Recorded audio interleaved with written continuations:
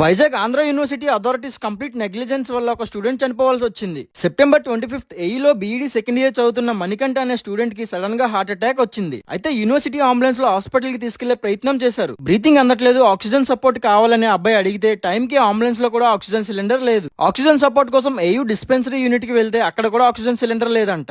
ఇంకా చేసేదేమీ లేక వెంటనే కేజీహెచ్ హాస్పిటల్ కి తీసుకుని వెళ్లారు. అక్కడ డాక్టర్స్ ఇంజెక్షన్ ఇస్తుంటే బాడీ అప్పటికే బిగిసిపోయినట్టు అయిపోయి నీడిల్ బాడీలోకి ఇంజెక్ట్ అవ్వట్లేదంట. చివరికి ఆక్సిజన్ సపోర్ట్ లేక అబ్బాయి చనిపోవాల్సి వచ్చింది. టైంకి ఆక్సిజన్ సపోర్ట్ అందుంటే అబ్బాయి బతికేవాడని చెప్పి కేజీహెచ్ లో డాక్టర్స్ చెప్తున్నారు. కొన్ని వేల మంది చదువుకునే ఆంధ్ర యూనివర్సిటీలో ఆక్సిజన్ సపోర్ట్ లేకపోవడం చాలా బాధాకరం.